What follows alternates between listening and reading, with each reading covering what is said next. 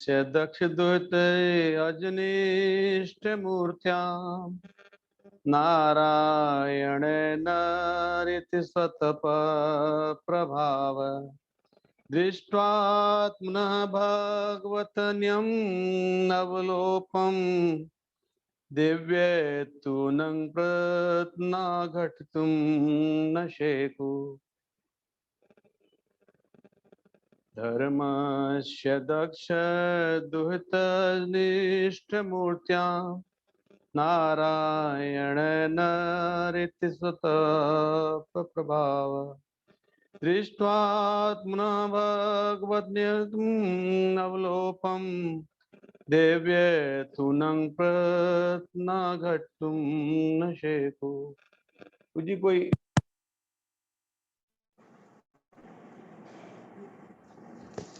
धर्मस्य दक्ष दुहितर्यजनिष्ठमूर्त्यं नारायणो नर इति स्वतपः प्रभाव दृष्ट्वात्मनो भगवतो नियमावलोकं दिव्यास्पनङ्गपुतना घटितुं न शेकुः। और कोई नहीं प्रभु जी आप करिए। ओके तो जैसा कि अध्याय में प्रसंग चल रहा है, विशिष्ट कार्यों के लिए निर्धारित अवतार भगवान अनेक प्रकार के प्रयोजन के लिए समय समय पर अनेक प्रकार के अवतारों को धारण करते हैं। तो विशिष्ट कार्यों के लिए, कोई विशिष्ट प्रयोजन के लिए भगवान विशिष्ट रूप से अवतार लेते हैं। तो यह हम चर्चा कर रहे हैं भगवान नर और नारायण के रूप में प्रकट होने के जो अवतार है भगवान का, उसे विषय में हम चर्चा कर रहे हैं। शब्दों का परिचय इस प्रकार है। धर्मस्य, धर्म की, दक्ष यानी दक्ष प्रजापतियों में से एक दक्ष प्रजापति, दुहितरी यानी उनकी पुत्री से, अजनिष्ठ जन्म लिया, मूर्त्याम मूर्ति नाम की, नारायण यानी नारायण, नर यानी नर, इति इस प्रकार स्वतपः अपनी तपस्या की, प्रभाव शक्ति दृष्टवा देखकर, आत्मना अपना, भगवत श्री भगवान का, नियम अवलोपम व्रत को भंग करके, दिव्य नैसर्गिक सुंदरियां तो लेकिन अनंग प्रतना कामदेव के सखा घटितुम होने के लिए न कभी नहीं शेकु संभव हो सका। तो अनुवाद और तात्पर्य ऐसी वेदांत भक्ति वेदांत श्री प्रभुपाद जी के द्वारा। श्रील प्रभुपाद की जय। ओम अज्ञानतिमिरन्धस्य ज्ञानांजन शलाकया चक्षुरुन्मीलितं येन तस्मै श्री गुरुवे नमः। श्री चैतन्य मनोभीष्टं स्थापितं येन भूतले स्वयं रूप कदा मह्यं ददाति स्वपदान्तिकं। वन्देऽहं श्रीगुरु श्रीयुतपदकमलं श्रीगुरून् वैष्णवांश्च श्रीरूपं साग्रजातं सहगण रघुनाथविन्तं तं सजीवम् सावधैतं सावधूतं परिजन सहितं कृष्ण चैतन्य देवं श्री राधा कृष्ण पादान शैगण ललिता श्री विशाखान्विता नमे ओं विष्णुपादाय कृष्ण पृष्ठाय भूतले श्रीमते भक्ति वेदांत स्वामिनिति नामिने। नमस्ते सारस्वत देवी गौरवाणी प्रचारिणे निर्विशेष शून्यवादी पाश्चात्य देश तारिणे। जय श्री कृष्ण चैतन्य प्रभु नित्यानंद श्री अद्वैत गदाधर श्रीवासादि गौर भक्तवृंद। हरे कृष्णा कृष्णा कृष्णा हरे हरे, हरे राम राम राम हरे हरे। तो यहाँ पे प्रभुपाद जी अनुवाद में बता रहे हैं, उन्होंने अपनी तपस्या तथा आत्म संयम की विधि प्रदर्शित करने के लिए धर्म की पत्नी तथा दक्ष की पुत्री मूर्ति के गर्भ से नर तथा नारायण जुड़वे रूपों में जन्म लिया। कामदेव की सखियां, स्वर्ग की सुंदरियां उनका व्रत भंग करने आई, किंतु वे असफल रही, क्योंकि उन्हें भगवान के शरीर से अपने समान अनेक सुंदरियां उत्पन्न होती दिखाई पड़ी। तो यहाँ भगवान के ऐश्वर्य के बारे में बता रहे हैं। भगवान आत्मा राम है, आत्मतुष्ट है भगवान। और दूसरे प्रभुपाद जी यहाँ पे तात्पर्य में चर्चा करते हैं, विशेषकर काम के विषय में चर्चा करते हैं कि किस प्रकार से व्यक्ति अपनी इच्छाओं के जाल में बंध जाता है और जो मनुष्य जीवन का जो उद्देश्य है उसको भूल जाता है। तो प्रभुपाद जी के द्वारा दिए गए तात्पर्य को हम एक बार पढ़ेंगे। प्रभुपाद जी बता रहे हैं यहाँ पे कि भगवान सभी वस्तुओं के स्रोत तो हैं ही, वे समस्त प्रकार की तपस्याओं तथा आत्म संयम के भी उद्गम हैं। आत्म साक्षात्कार में सफलता प्राप्त करने के लिए मुनिगण तपस्या का महान व्रत लेते हैं। मानव जीवन ब्रह्मचर्य के महान व्रत के साथ साथ ऐसी तपस्या के लिए ही मिला है। तो प्रभुपाद जी बता रहे हैं यहाँ पे कि भगवान सभी वस्तुओं के स्रोत हैं। भगवान, हर चीज भगवान से ही प्रकट होती है, भगवान सभी वस्तुओं के स्रोत हैं। भगवान भगवत गीता में कहते हैं, मत सर्वम प्रवर्तते अहम सर्वस्व प्रभु मत सर्वम प्रवर्तते इति मत्वा भजन्ते माम बुधा भाव समन्वित है। तो भगवान कहते हैं सब कुछ मेरा ही है, सबका मालिक मैं ही हूँ, सब कुछ मेरे द्वारा प्रकट होता है। मत सर्वम प्रवर्तते, तो इति मत्वा भजन्ते माम, जो ये जानता है वही बुद्धिमान है। तो ये हमको जानना चाहिए कि सब कुछ भगवान के द्वारा ही प्रकट हो रहा है। फिर वो कामदेव की सखियां और जो स्वर्ग की सुंदर स्त्रियां थी, जो सुंदरियां थी, वो भगवान को कैसे विचलित कर सकती थी? भगवान तो सब कुछ तो भगवान के द्वारा प्रकट होता है। मत सर्वम प्रवर्तते भगवान कहते हैं यहाँ पे। और प्रभुपाद जी बता रहे हैं कि आत्म साक्षात्कार में सफलता प्राप्त करने के मुनिगण तपस्या का महान व्रत लेते हैं। जैसे हम देखते आ रहे हैं, सतयुग में कितना तपस्या करते थे। सतयुग में जो युग धर्म था सतयुग का, वो तपस्या ही था। कितना तपस्या कर ध्यान करते थे लोग। लेकिन मानव जीवन में ब्रह्मचर्य के महान व्रत साथ ऐसी तपस्या के लिए मिला। तो मनुष्य का जीवन मिला है, प्रभुपाद जी बता रहे हैं, मनुष्य का जीवन मिला ही इसके लिए हम तपस्या करें, हम वर्णाश्रम धर्म का पालन करें। वर्णाश्रम धर्म के पालन करने के लिए प्रभुपाद जी ने बहुत जोर दिया। प्रभुपाद जी का जब ये धराधाम को छोड़ के जाने का उनका समय था, वो समय भी प्रभुपाद जी वर्णाश्रम धर्म के बारे में ही चर्चा कर रहे थे अंत में। तो उनकी बहुत इच्छा थी कि वर्णाश्रम धर्म का पालन हो और अच्छे से पालन हो, और वो बहुत आवश्यक है। और यहाँ पे भी प्रभुपाद जी वर्णाश्रम धर्म के बारे में तात्पर्य में काफी कुछ बताते हैं। तो मनुष्य जीवन का जो लक्ष्य है वो होना चाहिए वर्णाश्रम धर्म के अनुसार जीवन जीते हुए अंत में भगवान, अंत नारायण स्मृति, अंत में नारायण का स्मरण होना चाहिए, अंत नारायण स्मृति। तो इस प्रकार से तो कह रहे हैं कि तपस्या कठोर जीवन में स्त्रियों की संगति के लिए कोई स्थान नहीं है, क्योंकि मनुष्य जीवन तपस्या के निमित्त है, आत्म साक्षात्कार के निमित्त है। इसलिए सनातन धर्म तथा वर्णाश्रम धर्म पद्धति में जीवन के तीनों स्तरों पर स्त्री से दूर रहने की कठोर सलाह दी गई है। प्रभुपाद जी बता रहे हैं यहाँ पे कि संयमित जीवन जीना परम आवश्यक है। जिस प्रकार से हमारे वर्णाश्रम धर्म में पहले शिशु को 25 वर्ष तक ब्रह्मचर्य का कठोर ब्रह्मचर्य का पालन करना होता है, और ब्रह्मचर्य का पालन गुरु के दिशा निर्देश में, गुरु के शरणागत होकर गुरु के आदेश का पालन करते हुए ब्रह्मचर्य का पालन करना चाहिए। और उसके बाद में गुरु ये डिसाइड करते हैं कि कौन नैष्ठिक ब्रह्मचारी रह सकता है और किसको गृहस्थ में जाना चाहिए। तो गुरु के आदेश से ही कुछ ब्रह्मचारी गृहस्थ जीवन ग्रहण करते हैं और कुछ नैष्ठिक ब्रह्मचारी रहकर भगवान की सेवा, सतत सेवा करते रहते हैं। तो इस प्रकार से प्रभुपाद जी कह रहे हैं कि कठोर तपस्या के कठोर जीवन में स्त्रियों की संगति के लिए कोई स्थान नहीं है और मनुष्य जीवन तपस्या के निमित्त है। तो मनुष्य का जीवन ही तपस्या के लिए मिला है।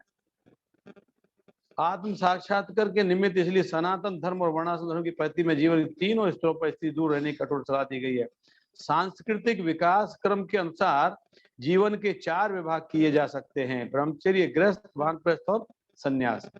जीवन की प्रथम अवस्था में जो प्रथम 25 वर्षों तक रहती है, मनुष्य को प्रामाणिक गुरु के निर्देश एवं ब्रह्मचारी के रूप में शिक्षा दी जानी चाहिए, जिससे वह यह समझ सके कि स्त्री इस भौतिक संसार की वास्तविक बंधन शक्ति है। यदि कोई बद्ध जीवन के बंधन से मुक्ति चाहता है तो उसे स्त्री के रूप में आकर्षण से मुक्त होना चाहिए। जीवात्माओं के लिए स्त्री ही सम्मोहक तत्व है, किंतु नर रूप विशेष रूप से मनुष्य जीवन में तो आत्म साक्षात के लिए ही निमित्त है। सारा संसार स्त्री आकर्षण से के जादू से गतिशील है और मनुष्य स्त्री जुड़ा नहीं कि तुरंत वह भौतिक बंधन की कठोर ग्रंथि का शिकार बन जाता है। तो प्रभुपाद जी बता रहे हैं कि जब व्यक्ति गृहस्थ जीवन में आता है, जब व्यक्ति अपने जीवन में स्त्री को स्वीकारता है और जब गृहस्थ जीवन में आता है तो उसके बाद से उनका जो ग्रंथि है, जो गांठ है, वो बहुत जटिल हो जाती है। तो हम देखते हैं जब गृहस्थ जीवन में मनुष्य आता है तो उसकी पारिवारिक, सामाजिक और अनेकों प्रकार की जिम्मेदारियां उसकी होती हैं, परिवार को लेके, समाज को लेके। तो एक प्रकार से हम अपने आसपास एक इस प्रकार का ताना बाना बुन लेते हैं कि जिसमें हम उलझ के रह जाते हैं। कहते हैं कि जिस प्रकार से मकड़ी अपने द्वारा ही जाल बना के उसमें उलझ जाती है, ठीक उसी प्रकार से हम लोग भी अपनी अनंत इच्छाओं की वजह से हमारा जीवन, पूरा जीवन संघर्ष में बीतता रहता है, अनंत इच्छाओं की वजह से। अगर हमारे आचार्य कहते हैं मनुष्य को क्या कितना चाहिए, मनुष्य को एक 8x4 की जगह काफी है जहां मनुष्य सो सकता है। आचार्य तो यहाँ तक कहते हैं कि हमको बर्तन की भी आवश्यकता नहीं है, कहते हैं हमको खाने के लिए हमको प्लेट की भी आवश्यकता नहीं। हमारे हाथ भगवान ने इस प्रकार से बना के दिए है कि हम हाथों को कोई भी शेप दे सकते हैं, कुछ भी, उसको कप बना सकते हैं, उसको प्लेट बना सकते हैं, उसको चम्मच बना सकते हैं, कुछ भी शेप में हम उसको यूज करके हाथ को खा सकते हैं। तो जितना हम भौतिक जीवन में जितना हम प्रयास करते हैं अनेकों प्रकार की सुविधाएं एकत्र करने का, उतनी ही हमारे जीवन में जटिलताएं आती जाती हैं। सिंपली हम देखते हैं अगर एक व्यक्ति के पास में अनेकों प्रकार के साधन है, अनेकों प्रकार के व्हीकल है, गाड़ियां हैं, तो उनका मेंटेनेंस भी होगा, उस मेंटेनेंस के लिए हमको धनोपार्जन भी करना पड़ेगा। तो जितनी हम अपनी आवश्यकताओं को बढ़ाते हैं जीवन में, जितने हम अपना जितना काम के पीछे यानी इच्छाओं के पीछे जितना हम अपना समय देते हैं, उतना ही हमारा जो आध्यात्मिक उन्नति है वो रुक जाती है। तो कहते हैं कि अगर हम भगवान कृष्ण के पास जाएंगे तो माया से छूट जाएंगे और माया के पास जाएंगे तो कृष्ण से छूट जाएंगे। भगवान गीता में बोलते हैं मम माया दुरत्या मामेव ये प्रपद्यन्ते माया मेताम तरन्ते। मम माया दुरत्या, भगवान कहते हैं मेरी माया है और बड़ी दुरत्या है, बहुत दुष्कर है, उसको पार पाना बड़ा कठिन है। फिर 7 उपाय बताते हैं, मामेव ये प्रपद्यन्ते, जो मेरे शरणागत हो जाते हैं माया मेताम तरन्ते, वो माया को पार कर जाते हैं। भगवान के शरणागत होने के बाद कहते हैं ये भव सागर है, गाय के बछड़े का जो पैर का निशान होता है और उसमें कितना बरसात का पानी एकत्र होता है, उतना बड़ा ये भव सागर हो जाता है एक भक्त के लिए, कितना बड़ा हो जाता है, उसको लांग देता है भक्त। माया मेताम तरन्ते, माया को पार कर जाता है। विठ्ठल भगवान इस प्रकार से हाथ ऐसे ऐसे हाथ रख के खड़े रहते हैं। एक भाव ये भी है उनका कि आप डरिए मत, आपका जो भवसागर है ना इतना ही है, इतने इसके ऊपर नहीं आएगा पानी आपको, आप चल के निकल जाएंगे। ऐसे हाथ रख, कमर पे ऐसे हाथ रख के खड़े रहते हैं और डरिए मत, शरणागत हो जाइए। मामे भी ये प्रपद्यन्ते माया मेताम तरन्ते।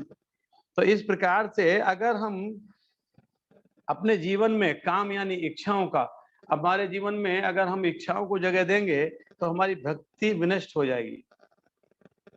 तो इस प्रकार से कह रहे हैं कि हमको भौतिक बंधन से छूटने की परम आवश्यकता है, और कहते हैं कि जब व्यक्ति, यहाँ पे कहा गया है कि सारा संसार स्त्री के आकर्षण के जादू से गतिशील है। तो हम देखते हैं कि जब प्रभुपाद जी विदेश में गए थे, विदेश का तो हमारे यहाँ से पहनावा भी आप देख रहे हैं, हम लोग सब देखते हैं, बड़ा अजीबोगरीब है। लेकिन वहां पे भी, विदेश में भी जब प्रभुपाद जी वहां पे गए थे, तो प्रभुपाद जी ने अनेकों परिस्थितियों में, सभी परिस्थितियों में बड़ा कठिन, बड़ा संघर्ष करते हुए प्रचार किया, उनके गुरु के आदेश को मानते हुए। एक बार ऐसा मैं सुन रहा था, पढ़ा था मैंने कि प्रभुपाद जी को सभी जगह जाना होता है प्रचार के लिए। एक बार वो प्रचार करने गए, कुछ भक्त उनको लेके गए जहां वो सी बीच के पास में प्रचार करने गए थे। प्रभुपाद जी के पास करताल रहती थी, करताल बजाते थे, कीर्तन करते थे और प्रचार करते थे। तो वहां देख रहे थे, वहां पे स्त्री पुरुष ऐसे ही बिना वस्त्रों के ऐसे ही वहां पे लेटे हुए थे समुद्र के किनारे पे। तो ऐसी परिस्थितियों में भी भगवान के कार्य में प्रभुपाद जी बड़े संघर्षरत रह के प्रचार किए, और वहां से भी एक भक्त बने, और वो बाद में उन्होंने प्रभुपाद जी की शरण ग्रहण करी, और बहुत बाद में उन्होंने बहुत बड़ा प्रचार भी किया, ऐसे भक्त बने। तब किसी भी परिस्थिति में कहीं पे भी कोई व्यक्ति है तो हमें उसको उससे उबारने का भक्तों को प्रयास करना चाहिए। तो यहाँ पे बता रहे हैं प्रभुपाद जी कि जो व्यक्ति जो काम के प्रति यानी इच्छाओं के प्रति जब व्यक्ति भव भव भौतिक जगत में उलझ जाता है, तब उसकी भक्ति विनष्ट हो जाती है। आगे कह रहे हैं, स्त्री के साथ जुड़ाव होने के बाद ही विशेष रूप से स्वामित्व की झूठी प्रतिष्ठा के नशे के अंतर्गत भौतिक जगत पर अपना प्रभुत्व जताने की लालसा उत्पन्न होती है। तब क्या होता है कि जब व्यक्ति स्त्री के साथ जुड़ाव हो जाने के बाद, तो व्यक्ति के अंदर स्वामित्व की भावना आती है कि मैं इसका पति हूं। जबकि पति कौन है? सबका पति कौन है? भगवान सबके पति है, सातोत्तम पति भगवान, सातोत्तम पति, सबके पति भगवान है। पुरुष तो एक ही है, ईश्वर है परम कृष्ण सच्चिदानंद विग्रह अनादिरादि गोविंद सर्व कारण कारणम। सभी कारणों के कारण परम ईश्वर कौन है? भगवान कृष्ण है। एक बार मीराबाई जब वृंदावन में थी, तो उन्होंने जब हमारे आचार्य को मिलने का प्रस्ताव भेजा, तो उन्होंने कहा कि मैं पुरुष हूं और मैं स्त्री से नहीं मिलना चाहता। तो मीराबाई ने कहा था, पुरुष तो एक ही है, पुरुष तो भगवान कृष्ण है, दूसरा कोई तो पुरुष है ही नहीं। तो ये सही बात है, पुरुष तो एक ही है, भगवान कृष्ण। भोक्तारम यज्ञ तपसाम सर्वलोक महेश्वरम, सब लोगों के ईश्वर और भोग, सभी वस्तुओं के, सभी चीजों के भोक्ता भगवान कृष्ण है, दूसरा कोई भोक्ता हो ही नहीं सकता है। तो हम जब शादी के बाद में व्यक्ति क्या समझता है, मैं इसका पति हूं, ये मेरी पत्नी है, मैं इसका पति हूँ। पतित्व यानी पत्नी को अपने को पति मानकर स्वामित्व का भाव उसके अंदर आ जाता है कि मैं इनका स्वामी हूँ। तो यहाँ से ये फालसिगो तो मनुष्य में है ही है, और एक फालसिगो, एक स्वामित्व का भाव, झूठी प्रतिष्ठा, और उसके अंदर यहाँ पे आ जाती है। और उसके बाद में फिर अनेकों प्रकार की लालसाएं जगती हैं, फिर अनेकों प्रकार की इच्छाएं जगती हैं, फिर अपने को एक्सपेंड करने का प्रयास करता है, ये भी चाहिए, वो भी चाहिए, बड़ा मकान चाहिए, बड़ी गाड़ी चाहिए, मेरा समाज में नाम होना चाहिए, लोग मुझे जानने चाहिए। ये प्रतिष्ठा का झूठा भाव आता है व्यक्ति के अंदर। तो प्रभुपाद जी इसके लिए कह रहे हैं कि ये हमारे अंदर नहीं होना चाहिए। आगे बता रहे हैं प्रभुपाद जी कि घर, भूमि, संतान, समाज महत्वपूर्ण बनने, जाति, जन्मभूमि के लिए प्रेम, धन के लिए लोलुपता, ये सब मायाजाल भ्रामक स्वप्न के तुल्य है, सब सपने के समान है। हम अनेकों बार सपना देखते हैं, कई बार सपने में हमारे कोई मारने के लिए दौड़ रहा होता है, कई बार हम देखते हैं हम आसमान में उड़ रहे हैं। तो क्या हम सही में उड़ रहे हैं? क्या हमें कोई मार रहा है? क्या नींद खुलती है तो कुछ भी नहीं होता है। ठीक वैसे ही ये भौतिक जीवन हम जो जी रहे हैं एक सपने के तुल्य है, एक क्षणिक है। ये एक क्षणिक जो भौतिक सुख हम देख रहे हैं, हमारा घर, परिवार, देश, ये सब क्षणिक है। आगे बता रहे हैं कि मनुष्य अपने जीवन के असली उद्देश्य को भूल जाता है। असली उद्देश्य क्या है हमारा? असली स्वरूप क्या है हमारा? असली उद्देश्य क्या है? जीवरे स्वरूप हो कृष्ण दास। तो हमारा असली स्वरूप है भगवान कृष्ण का दास, और हमारा असली उद्देश्य है भगवान की शरण में वापस चले जाना, जहां से हम आए हैं। तो ये हमारा उद्देश्य है, लेकिन हम क्या करते हैं, इसको भूल जाते हैं और आत्म साक्षात्कार की दिशा में उसकी प्रगति अवरुद्ध हो जाती है। तो आत्म साक्षात्कार हम नहीं करते और इस भौतिक बंधन में बंध जाते हैं। आगे प्रभुपाद जी कह रहे हैं, ब्रह्मचारी जो प्राय उच्च जाति का अर्थात ब्राह्मण, क्षत्रिय, वैश्य जाति का बालक होता है, प्रामाणिक गुरु के निर्देशन में 5 वर्ष की अवस्था से 25 वर्ष की अवस्था तक शिक्षा प्राप्त करता है और जीवन के मूल्य तथा जीविका के लिए विशिष्ट शिक्षा प्राप्त करके अनुभव प्राप्त करता है। तत्पश्चात ब्रह्मचारी को घर जाने दिया जाता है, जहां वह गृहस्थ जीवन में प्रवेश करने के लिए किसी अनुकूल स्त्री के साथ विवाह करता है। किंतु ऐसे अनेक ब्रह्मचारी होते हैं जो गृहस्थ बनने के लिए घर नहीं जाते, किंतु वे स्त्रियों से किसी प्रकार का संपर्क न करके नैष्ठिक ब्रह्मचारी का जीवन बिताते हैं। वे संन्यास आश्रम स्वीकार करते हैं। तो यहाँ प्रभुपाद जी बता रहे हैं कि जब व्यक्ति ब्रह्मचर्य आश्रम में होता है, तो हमारे गुरुकुल की ये परंपरा थी, ये हमारा ये सिस्टम था। आज की जो हमारा शिक्षा पद्धति है उससे कई गुना बेहतर था। वो कह रहे हैं उसको जीवन व्यापन करने के लिए गुण सिखाए जाते थे, तो स्किलनेस डाली जाती थी। आज हम देख रहे हैं हमारे सरकारें कर रही हैं, स्किल डेवलपमेंट के बहुत सारे प्रोग्राम चलाते हैं। तो स्किल डेवलपमेंट हमारे गुरु वही करते थे। गुरु हमको व्यक्ति के व्यक्तित्व को पहचान कर उसके अनुकूल उसको शिक्षा देते थे कि आपको जीवन यापन करने के लिए क्या करना चाहिए उस हिसाब से। और कह रहे हैं कि उच्च वर्ण के लोग जैसे ब्राह्मण, क्षत्रिय, वैश्य, इनके बच्चे ब्रह्मचर्य का पालन करके ब्रह्मचारी के होकर शिक्षा लेते थे। तो गुरुजन उनके व्यक्तित्व के अनुसार उनको शिक्षा प्रदान करते थे ताकि जीवन यापन करने के लिए उनके अंदर स्किलनेस आए, इस प्रकार से। और जो ब्रह्मचारी नैष्ठिक ब्रह्मचारी रहना चाहते थे उनको वो नैष्ठिक रहते, और जिनको परिवार में घर में जाके शादी करके जिनको घर बसाना रहता था वो अपना घर परिवार बसाते थे। आगे कह रहे हैं, चूंकि आयु विशेष में कामेच्छा अत्यंत प्रबल होती है, इसलिए गुरु ब्रह्मचारी को विवाह करने की अनुमति दे सकते हैं। यह छूट केवल उन्हें दी जाती है जो नैष्ठिक ब्रह्मचारी नहीं रह सकते। तो बता रहे हैं कि जो एक पर्टिकुलर एज विशेष में क्या होता है, जब यंग होते हैं तब वो कामेच्छा प्रबल होती है। तो उस समय के लिए अगर कोई व्यक्ति अपने धर्म पे नहीं टिक सकता है, नहीं रह सकता है, तो उस व्यक्ति को गुरु आदेश देते हैं कि तुम शादी कर सकते हो, शादी करके अपना परिवार बसा के रह सकते हो। जो गृहस्थ ब्रह्मचर्य की सम्यक शिक्षा प्राप्त करने के बाद शास्त्रानुकूल रीति से स्त्री की संगति करता है। इसमें देखिए बताया है, जो गृहस्थ ब्रह्मचर्य की सम्यक शिक्षा प्राप्त करने के बाद, यानी ब्रह्मचर्य की शिक्षा लेने के बाद शास्त्रानुमोदित रीति से एक पद्धति बताई है। स्त्री संग करने की भी एक पद्धति है, शास्त्रानुमोदित, जो शास्त्रों के द्वारा जिसको अनुमोदित किया गया है, अपने हिसाब से नहीं। तो शास्त्रों के द्वारा क्या अनुमोदित किया गया है? तो प्रकृति ने सब कुछ सिस्टमेटिक बनाया। हम देखते हैं जितने भी और मनुष्य के अलावा और जो जीव हैं वो एक समय पे संबंध स्थापित करते हैं, एक समय होता है उनका, वो समय पे ही करते हैं। और इसीलिए मनुष्य के लिए भी शास्त्रों में एक अनुमोदन किया गया है कि कब उनको संबंध स्थापित करने हैं। तो कैसे बताया गया है? इसमें बताया गया है कि स्त्री के साथ संबंध करने के लिए व्यक्ति को संतान की उत्पत्ति के अलावा दूसरा कोई ध्येय नहीं होना चाहिए। ये विशेष बात है। अगर हमको संतान प्राप्ति की इच्छा है, प्रभुपाद जी कहते थे अगर आपको संबंध स्थापित करने हैं तो आपको 50 माला करनी है। पहले स्त्री को भी और पुरुष को भी 50 माला भगवान के हरि के नाम की करनी है। आप पूर्ण सत्वगुण में होना चाहिए, और तब आप अगर संबंध स्थापित करते हैं तो आप जिस संतान को जन्म देंगे वो भक्त पैदा होगा, भगवान का भक्त पैदा होगा। लेकिन हम देख रहे हैं समाज में आजकल ऐसा नहीं है। लोग अपने आनंद की प्राप्ति के लिए संबंध स्थापित करते हैं, और हम देख रहे हैं कि आज के इस वातावरण में, इस भौतिक कलह के युग में संतान को गर्भ में मार भी देते हैं।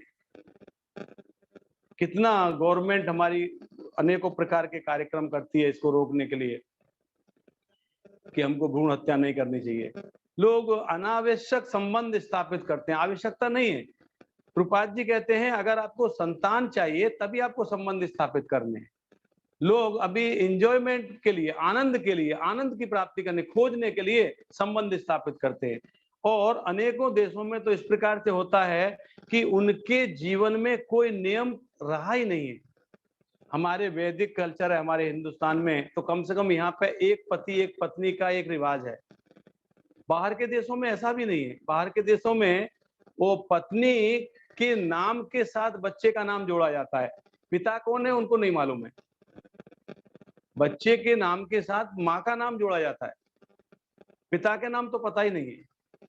तो इस प्रकार की जो दुष्कृतियां हैं, इस प्रकार की जो जो समाज में जो रीतियां हैं, ये बहुत गलत है।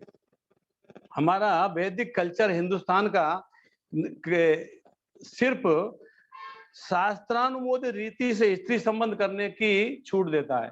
यानी अगर आपको संतान प्राप्त करनी है तभी आप स्त्री के साथ संबंध कर सकते हो, ऐसे नहीं। प्रभुपाद जी बहुत क्लियर बोल रहे हैं, वह कुत्ते बिल्लियों की तरह ग्रस्त नहीं होता, जानवरों की तरह नहीं होता। ऐसा ग्रस्त 50 वर्ष की आयु के पश्चात स्त्री संगति त्याग कर वानप्रस्थ आश्रम में प्रवेश करके स्त्री के बिना रहने का अभ्यास करता है। तो ये 50 साल से 75 साल का जो बीच का जो वानप्रस्थ आश्रम है, इसमें हमें स्त्री के जो संग है उसको त्यागने की प्रैक्टिस की जाती थी। ये हमारा वर्णाश्रम धर्म है। यानी 5 से 25 साल हो गया आपका ब्रह्मचर्य हो गया, 25 से 50 आपका गृहस्थ हो गया, और 50 से 75 आपको ये अभ्यास करना है कि मुझे कैसे स्त्री के बिना रहना है। वानप्रस्थ यानी वन में रहना है, वानप्रस्थ जीवन जीना है। और जब व्यक्ति ये पूर्ण रूप से संयम से बिना स्त्री के अपने जीवन यापन करने लगता है, तब वो 75 के बाद में संन्यास में जाता है, तब संन्यास आश्रम को ग्रहण करता है। आगे लिख रहे हैं प्रभुपाद जी, स्त्री से यहाँ तक कि अपनी विवाहिता पत्नी से भी अपने को अलग कर लेता है। यानी विवाहिता पत्नी जो होती है उनसे भी, वानप्रस्थ जीवन में उनसे भी अलग रहता है व्यक्ति। यानी 50 से 75 के बीच में कोई संबंध स्थापित नहीं करता। प्रभुपाद जी कमेंट करते थे विदेशों में, कहते थे जब व्यक्ति को वैराग्य लेना चाहिए तब व्यक्ति व्याग्रा ले रहा है। विदेशों में एक मेडिसिन है जिससे सेक्सुअल पावर उसकी बढ़ाई जाती है। आदमी अपना वो मेडिसिन लेते हैं सेक्सुअल पावर बढ़ाने के लिए। तो प्रभुपाद जी बहुत प्रताड़ित करते थे उन लोगों को। अब आपको वैराग्य लेने की उम्र है, वैराग्य लेना थी तो व्याग्रा ले रहे हैं। व्याग्रा एक काइंड ऑफ मेडिसिन है जिससे सेक्सुअल पावर बढ़ाई जाती है। तो प्रभुपाद जी बहुत कमेंट करते थे उन लोगों को, बहुत बोलते थे अभी आपको वैराग्य लेना चाहिए, तो अब व्याग्र ले रहे हैं। तो इस प्रकार से हमारा जो हिंदू, जो हमारी कल्चर है, जो हमारा जो सनातन, हमारा जो वैदिक प्रणाली है, उसमें वर्णाश्रम धर्म है। और वर्णाश्रम धर्म को पालन करके ही हम अच्छी प्रकार से भगवान को प्राप्त कर सकते हैं। वर्णाश्रम धर्म भक्ति में बहुत सहायक है हमारे लिए, क्योंकि 1 से 25 साल में अगर हम शास्त्रों का अध्ययन करेंगे गुरु के शरणागत रह के, तो बाकी के जीवन को जीने की हमारे अंदर कला आ जाएगी। 1 से 25 और 25 से 50 में गृहस्थ जीवन, यानी अपने गृहस्थ में रह के अपने जो कर्तव्यों को पालन करते हुए शास्त्रों के अनुसार गृहस्थ जीवन जिएंगे तो उसमें कोई दोष नहीं है। और फिर 50 से 75 का वानप्रस्थ है, यानी स्त्री को संग न करते हुए अभ्यास करना कैसे इंडिपेंडेंटली हमको जीना है। और फिर 75 से 100 के बीच में संन्यास। तो ये हमारी वर्णाश्रम धर्म की प्रणाली है। कह रहे हैं कि पूरी योजना के अध्ययन से प्रतीत होता है कि आत्म साक्षात्कार के मार्ग में स्त्री बाधक है और भगवान नारायण रूप में स्त्री से अलग होने की शिक्षा देने के लिए ही प्रकट हुए थे। तो भगवान जो अनेकों प्रकार के भगवान जो अवतार लेते हैं, वो उनका हर अवतार लेने के पीछे एक उद्देश्य होता है, वो एक उद्देश्य के लिए अवतार लेते हैं। जैसे हमारे चैतन्य महाप्रभु जब प्रकट हुए थे तो हमको भक्ति सिखाने के लिए आए थे, आज से 500 वर्ष पहले। छदम अवतार में उनको छदम अवतार कहा जाता है, छुपा हुआ अवतार। उन्होंने कभी प्रकट नहीं किया कि मैं भगवान हूँ। कोई भगवान बोलता था अपने कान बंद कर लेते, अरे ऐसे मत बोलो मेरे को, मैं भगवान नहीं हूँ, कान बंद कर लेते थे। तो हमें क्या सिखाने आए थे? भक्ति सिखाने आए थे। जब भगवान नरसिंह देव के रूप में प्रकट होते हैं तो बड़ा उग्र रूप था उनका। किस पर्पज से आए थे? हिरण्यकश्यप का वध करने के लिए आए थे। तो भगवान अपने प्रयोजन के लिए उसी के अनुकूल अपना अवतार लेते, रूप धारण करते हैं। भगवान जब मंथन, समुद्र मंथन हो रहा था, तो जब वो पहाड़ जब नीचे खिसक रहा था तो भगवान ने कूर्म अवतार लेके, कछुए का अवतार लेके उसके नीचे उसको सहारा दिया, उस पहाड़ के नीचे। तो भगवान अपने प्रयोजन के लिए इस प्रकार से लेते हैं। तो यहाँ पे भगवान नर और नारायण के रूप में, जुड़वा रूप में यहाँ पे प्रकट हुए हैं। तो वो क्या सिखा रहे हैं? तपस्या और स्त्री से अलग रहने की शिक्षा नर और नारायण के रूप में भगवान यहाँ पे दे रहे हैं। तो भगवान नारायण रूप में स्त्री से अलग होने की शिक्षा देने के लिए प्रकट हुए। दृढ़ ब्रह्मचारी के तपस्वी जीवन से ईर्ष्यालु होकर उसका व्रत भंग करने के उद्देश्य से देवता कामदेव के सैनिकों को भेजते हैं। तो देवता लोग क्या करते हैं? कोई अगर तपस्या करता है तो उनको बड़ी तकलीफ हो जाती है। जैसे इंद्र को हमेशा डर बना रहता है कि कोई मेरी जगह नहीं ले ले, मेरी पदवी पर कोई नहीं आ जाए। ज्यादा तपस्या करेगा तो वो घबराने लगते हैं कि ये ज्यादा तपस्या करेगा, भगवान प्रसन्न हो जाएंगे तो इसको मेरी जगह बिठा देंगे। तो इन नर और नारायण का जब उनको पता चला कि एक कठोर तपस्या कर रहे हैं देवताओं को, तो देवता बोले इनको तो विचलित करना चाहिए। तो क्या किए? देवलोक से अनेकों सुंदरियां भेज दिए, कामदेव की सखियां भेज दिए, बहुत सुंदर सुंदर स्त्रियां उनके पास भेज दिए ताकि उनकी तपस्या नष्ट हो जाए। तो तब बता रहे हैं कि उन्होंने क्या देखा? भगवान के समक्ष एक भी नहीं चली उनकी। वो जितनी भी सुंदरियां आई भगवान को विचलित करने में असफल रही। और उन्होंने क्या देखा कि भगवान की योग माया से असंख्य सुंदरियां प्रकट हो सकती हैं, तो उन्हें बाह्य रूप से आकर्षित होने की क्या आवश्यकता है? आत्माराम है भगवान, तो अपने में तुष्ट रहने वाले हैं। तो भगवान, जैसे मैं पहले बताया, गीता में भगवान बोलते हैं मत सर्वम प्रवर्तते, सब कुछ मेरे द्वारा प्रकट होता है। तो सब कुछ तो भगवान से प्रकट हो रहा है, तो भगवान को कोई आवश्यकता नहीं है। रूपाल जी यहाँ पे कहते हैं तात्पर्य के लास्ट में कि जो लोग भगवान की आलोचना करते हैं, जो मूर्ख कहते हैं भगवान ने अनेकों गोपियों के साथ में रास नृत्य किया, भगवान ने 16,108 अपनी रानियों के साथ रमण किया, वो मूर्ख हैं, वो भगवान को समझे ही नहीं है। और भगवान भी कहते हैं जन्म कर्म च दिव्य में यो वेति तत्वतः त्यक्ता दे हम पुनर्जन्म नाति मामेति सो अर्जुन है। अर्जुन, मेरा जन्म और कर्म दिव्य है, जन्म कर्म च दिव्य में यो वेति तत्व है, जो इसको तत्व से जान लेता है, त्यक्ता दे हम पुनर्जन्म नाति मामेति सो अर्जुन है, वो व्यक्ति शरीर छोड़ने के बाद वापस जन्म नहीं लेता, मेरे धाम में आता है, भगवान के धाम में वैकुंठ में जाता है। क्यों? कि भगवान को तत्व से जानता है। तो तत्व से कैसे जानता है? जन्म कर्म च दिव्य में, मेरा जन्म और कर्म मेरे दोनों दिव्य हैं, तो भगवान के कर्म दिव्य हैं। जो मूर्ख इस प्रकार से कहते हैं कि भगवान दूसरे स्त्रियों के साथ में रास नृत्य किए, वो भगवान के बारे में जाने ही नहीं है। सब कुछ तो भगवान अपने से प्रकट करते हैं। मत सर्वम प्रवर्तते, जब उन्होंने सुंदरियों ने देखा, जब वो नर नारायण के पास में आ रही थी, उन्होंने देखा नर नारायण ने अपने ही शरीर से अनेकों सुंदरियां प्रकट की, अनेकों सुंदरियां। तब उनको समझ में आया कि ये भगवान है, कि परम भगवान है। यहाँ पे बता रहे हैं, प्रभुपाद जी कहते हैं, एक यहाँ पे उदाहरण देते हैं हलवाई का। कह रहे हैं कि हलवाई अनेकों प्रकार की मिठाई बनाता है स्वादिष्ट, लेकिन हलवाई को उन मिठाइयों में कोई रुचि नहीं होती है, खुद बनाता है वो। भगवान का ठीक उसी प्रकार से है, भगवान सब कुछ भगवान प्रकट करते हैं, तो फिर भगवान कैसे मोहित हो सकते हैं उन सुंदर स्त्रियों को देखकर? तो ये देवताओं की मूर्खता थी। तो इस प्रकार से कह रहे हैं कि भगवान अपनी आह्लादनी शक्ति से असंख्य देवी सुंदरियां उत्पन्न कर सकते हैं भगवान। अतः भौतिक संसार की छद्म सुंदरियों से लेश मात्र भी आकृष्ट नहीं होते। जो यह नहीं जानता है वह मूर्खतावश दोष देता है कि भगवान ने वृंदावन में रास की। तो जो ये नहीं जानता है, इस बात को नहीं समझता है, वही व्यक्ति भगवान के प्रति इस प्रकार के शब्द बोल के आलोचना कर सकता है। तो भगवान, परम भगवान जो अपने विशिष्ट प्रयोजन के लिए विशिष्ट प्रकार का अवतार धारण करते हैं भगवान।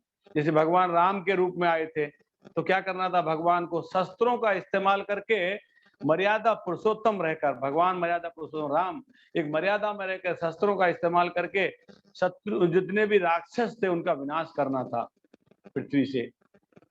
तो भगवान अपने जिस रूप में आते हैं, जब भगवान पृथ्वी को बचाने के लिए बराह रूप में भगवान प्रकट हुए थे, तो जिस प्रकार के प्रयोजन भगवान का रहता है वैसे भगवान अवतार धारण करते हैं। तो यहाँ पे भगवान ने नर और नारायण का जो अवतार लिया है वो स्त्री से मनुष्य का आकर्षण कम करने की शिक्षा देने के लिए नर नारायण का उन्होंने यहाँ पे अवतार लिया है। और तपस्या को उन्होंने बल दिया है, तपस्या करना चाहिए। और तपस्या के मार्ग में स्त्री को रुकावट बताकर स्त्री का संबंध नहीं करना चाहिए। ऐसा नर नारायण के रूप में भगवान अवतार लेके हमको शिक्षा देते हैं। प्रभुपाद जी भी कहते हैं हमारे वर्णाश्रम धर्म की पद्धति को पालन करते हुए और गृहस्थ जीवन में भी किस प्रकार से हमको संबंध स्थापित करना है, उसके लिए प्रभुपाद जी ने बहुत सुंदर तरीके से बताया है, क्लियर शब्दों में बताया है। तो हमको ये सब चीजों का बड़ा ध्यान रखना चाहिए। और भगवान जो परम भगवान हैं उनका हमें हमेशा भक्ति करना चाहिए। अगर हम भगवान के शरण में नहीं रहेंगे तो माया हमको पकड़ लेगी, और माया के शरण में चले गए तो भगवान से दूर हो जाएंगे। तो हमें हमेशा भगवान के शरणागत बना रहना चाहिए, हमेशा भगवान के शरण में रहना चाहिए। ब्रह्मा जी ब्रह्म संहिता में भगवान के अनेकों श्लोकों से, सुंदर सुंदर श्लोकों से ब्रह्मा जी भगवान की स्तुति करते हुए कहते हैं, ब्रह्मा जी कहते हैं कि भगवान अपने एक अंग से अनेक किसी भी अंग का कार्य कर सकते हैं। अंगानि यस सकलेंद्रिय वृत्तिमंती, एक अंग से सकल इंद्रिय, सभी इंद्रियों का। अंगानि यस सकलेंद्रिय वृत्तिमंती पश्यन्ति पान्ति कलयन्ति चिरम जगन्ति आनंद चिन्मय सदुज्जल विग्रहस्य गोविंदमादि पुरुषम तमहं भजामि। भगवान अपने एक अंग के सकल इंद्रिय, सब इंद्रिय कार्य कर सकते हैं। भगवान को हम भोग लगाते हैं, भगवान दृष्टिपात करते हैं, संतुष्ट हो जाते हैं, भोग ग्रहण कर लेते हैं। भगवान अपने एक अंग से कोई भी कार्य कर सकते हैं। तो भगवान के लिए कुछ भी चीज असंभव नहीं है। अब देवता उन भगवान के पास सुंदरियों को भेजे भगवान को विचलित करने के लिए, तपस्या को नष्ट करने के लिए, तो असंभव है। भगवान तो अपने अंग से अनेक सुंदरियां प्रकट कर दी। जब वो सुंदरियां वहां पे आई, जो देवलोक से वहां पे सुंदरियां आई, कामदेव की सखियां आई, जब उन्होंने को क्या देख रही हैं कि भगवान के अंग से अनेकों सुंदरियां प्रकट हो रही हैं, जिनके सामने वो जो सुंदरियां आई थी तुच्छ प्रतीत हो रही थी। ये इतनी सुंदर स्त्रियां प्रकट की भगवान ने। तो भगवान जो परम भगवान हैं उनको इसी रूप में हमको जानना चाहिए। यो वेति तत्वतः त्यक्ता देहम पुनर्जन्म नाति माम वेति स्वर्जुने, तत्व से जानना चाहिए भगवान को। तो ऐसे परम भगवान तो अपने अपने अपने विशिष्ट अवतार में विशिष्ट प्रयोजन के लिए भगवान अवतार लेते हैं। भगवान के जितने भी अवतार हैं उनका एक प्रयोजन रहता है। और यहाँ पे नर नारायण के रूप में भगवान इसलिए यहाँ पे प्रकट हुए कि तपस्या और स्त्री से संबंध न रखने की शिक्षा देने के लिए। तो इसी में प्रभुपाद जी ने इतना सुंदर तरीके से बताया। तो हमें ये ध्यान रखना चाहिए, हमें अपने जीवन को उसी प्रकार से जीना चाहिए। जो यहाँ पे प्रभुपाद जी कह रहे हैं कि मनुष्य को जीवन का परम उद्देश्य समझना चाहिए। परम उद्देश्य क्या है हमारा? हमारा उद्देश्य है भगवान के शरण में वापस चले जाना, भगवान के शरणागत हो जाना, भगवान के धाम में चला जाना। और वो कब संभव है? जब हम भगवान के शरणागत होंगे, भगवान पे समर्पित होंगे, जीवेर स्वरूप हो कृष्ण नित्य दास, जब भगवान के नित्य दास के रूप में अपने को समर्पित करेंगे तो वो जब संभव है जब हम माया के प्रभाव से बचेंगे। माया में ताम तरंति थे, जब माया के प्रभाव से बचेंगे तब भगवान के शरणागत हो, तभी हम बच सकते हैं। और अगर हम भौतिक वस्तुओं के संग्रह करते हुए अपने जीवन को एक कॉम्प्लिकेशन में डालते रहेंगे, उलझाते रहेंगे, तो फिर हम भक्ति में समय ही नहीं दे पाएंगे। आहार निद्रा भय मैथुन, वही पशुवत जीवन हम जीते रहेंगे। क्या करता है ये गधा? क्या करता है गधा? थोड़ी सी घास के लिए दिन भर धोबी की मजूरी करता है। इधर से कपड़े लाद कर लेके जाता है, उधर से कपड़े लेके आता है, लाद के लेके आता है। किस लिए? कि शाम को थोड़ी घास मिल जाएगी। अगर उसको ये समझ आ जाए कि ये घास कहाँ से आ रही है, ऐसी तो अनेकों प्रकार की घास पूरे जंगल में उगी हुई है, तो जाके वहां चढ़ सकता है। भगवान ने तो सबकी व्यवस्था करके दी है। भगवान एक हाथी से लेके चींटी तक सबकी व्यवस्था करते हैं। चींटी जॉब करने जाती है कहीं, हाथी जॉब करने जाता है कहीं? चींटी को कितना चाहिए वो भी मिल जाता है, हाथी को कितना चाहिए उसको भी मिल जाता है, सबको मिलता है। भगवान के यहाँ व्यवस्था में कोई कमी नहीं है, भगवान ने सबका अरेंजमेंट किया है। लेकिन हम क्या सोचते हैं, सब मेरे को मिल जाना चाहिए, सब मुझे मिल जाना चाहिए। कई बार हम ये चर्चा करते हैं कि व्यक्ति एक बार एक गाड़ी से, एक चलते हुए वाहन से, ट्रक से एक स्पीड ब्रेकर पे एक चावल की गोनी नीचे गिर जाती है, और वो गोनी गिर जाने के बाद में कुछ चींटी आती हैं, कुछ चावल खाती हैं और चली जाती हैं। कबूतर आते हैं, पक्षी आते हैं, चिड़िया आती हैं, कुछ चावल खाते हैं, चले जाते हैं। आदमी आता है, बोरी उठाता है, ऑटो में डालता है, घर ले जाता है। क्यों? क्योंकि आदमी को ज्यादा चाहिए। पशु पक्षी का कभी पेट खाली नहीं रहा, कोई खाली भूखा सोता हुआ देखा किसी ने? पशु पक्षी का भी पेट खाली नहीं सोया, और आदमी का भी पेट नहीं भरा। आदमी का भी पेट नहीं भरा। आदमी का पेट भर जाए तो प्रॉब्लम ही खत्म हो जाए। ये लड़ाई इस बात की है, सब मेरे को चाहिए। भगवान ने सबके लिए दिया है, सब भगवान के जीव है। मां मनसो जीव लोग के जीव भूते सनातन है, सब भगवान के अंश हैं। तो भगवान अपने, अब देखिए हम अपने बच्चे के लिए करते हैं ना व्यवस्था, हमको अपने बच्चे को स्कूल भेजना है, फीस कहाँ से लानी है, कपड़े कहाँ से लाने हैं, किताब कहाँ से लानी है, भोजन कहाँ से लाना, हम व्यवस्था करते हैं ना।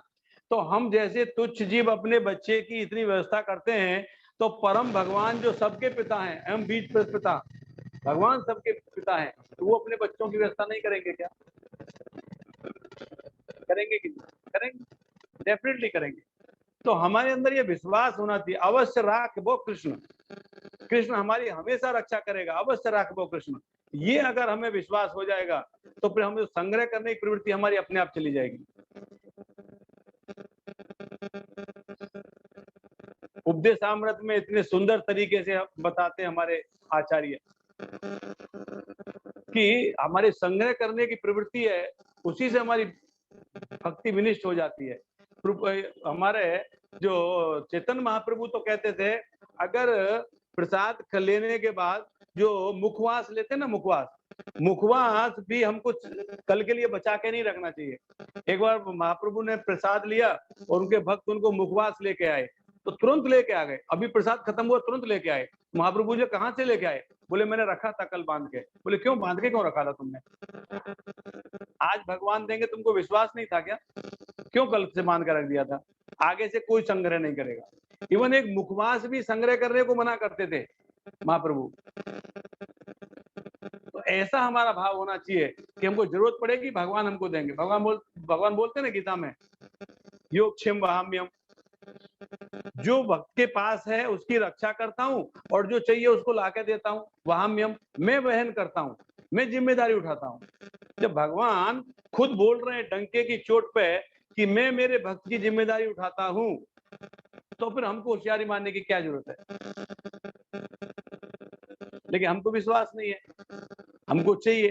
अब आप देखिए, हम अगर देखें, जो व्यक्ति अपने जीवन में धन उपार्जन करता है उसके 25% ही वो उसका यूज करता है, 75% छोड़ के जाता है। अगर हम देखें तो हमारे जो पेरेंट्स थे, हमारे दादा परदादा, जो संपत्ति छोड़ के गए उसको हमने 3 गुना 4 गुना और बढ़ा दिया। उससे तो हमने जीवन यापन नहीं किया और 4 गुना बढ़ा दिया। किस लालच में? ये मुझे कम पड़ जाएगा और चाहिए, वो हम छोड़ के चले जाएंगे। हमारी संतान क्या करेगी? और एक्सपेंड करेगी, तो और बढ़ाएगी और बढ़ाएगी। क्यों? ये कम पड़ जाएगा मुझे जीवन में। तो हमारी जो अनसर्टेनिटी, जो अनिश्चितता के हम माहौल में जीते हैं, भगवान पे विश्वास नहीं करते हैं, अवश्य राखबो कृष्ण, ये हमारे अगर चरितार्थ नहीं होता है हमारे मस्तिष्क में, ये अगर हम विचार नहीं करते हैं, तो हम हमेशा ऐसे ही उलझते रहेंगे, ऐसे ही संग्रह करते रहेंगे। कोई पशु संग्रह करता है क्या? किसी गाय बैल को देखा कि चारा छुपा के कहीं रख देता है, कहीं बाद में खाऊंगा? नहीं, उसको मालूम है भगवान देगा मेरे को, लेकिन हमको नहीं मालूम है। पशु को मालूम है भगवान मुझे देगा, लेकिन हमको नहीं मालूम भगवान मुझे देगा। हम ये सोचते हैं मैं अपने इससे करूंगा, मैं करूंगा, कर्ता महति इति मन्यते, मैं करता हूं। भगवान को साइड में रख के हम अपने को कर्ता समझ, कर्ता महति इति मन्यते, मैं कर रहा हूं। ये जितना सब ऐश्वर्य इकट्ठा किया मैंने किया है। एक बार क्या हुआ, एक किसान का खेत में किसान कार्य कर रहा था कुछ, तो वहां से भगवान जा रहे थे निकल के, तो भगवान ने बोला अपने उसको, जो किसान को, कि इसमें 100 मन, इसमें 100 मन। गेहूं का खेत था, गेहूं काटने के बाद में जमा करते हैं, बाद में उसको गेहूं निकाला जाता है। अभी तो थ्रेसर चल गए, पहले बैल उनके ऊपर घुमाते थे, बैल घुमा के निकालते थे। हमारे टाइम में जब हम गांव में पढ़ते थे, तो बैल चला के बैल उसके ऊपर चलते थे और उससे भूसा बनता था, उसी से अनाज बनता था, गेहूं अलग निकलता, बाद में हवा में उसको निकाल कर अलग करते थे। अभी तो मशीन आ गई है, तो अभी तो एक बार में ऐसे लगाओ, इधर भूसा निकल गया, ऐसे गेहूं निकल गया। तब वो भगवान बोले इसमें 100 मन ये खेत में, और इसमें भी 100 मन दूसरे वाले में भी। तो जो सुन रहा था वो अभक्त था, तो उसने कहा जब 100 मन तो उन्होंने बोला ही है, तो ऐसे करता हूँ रात को जाके उसमें से उठा के अपने में रख देता हूँ, तो मेरा 100 मन के ज्यादा हो जाएगा।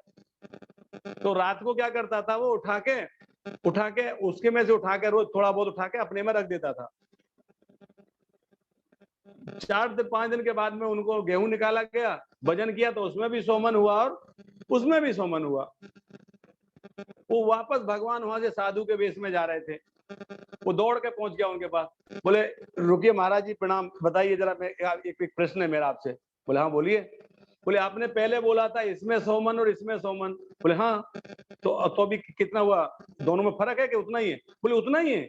तो फिर क्या प्रश्न क्या है आपका? बोले प्रश्न ये है कि मैं रोज रात को इसमें से उठा के अपने में रखता था, तो मेरा तो ज्यादा होना चाहिए ना, आपने तो पहले ही 100 मन बोला था, तो मैंने उठा के रखा वो कहाँ गया?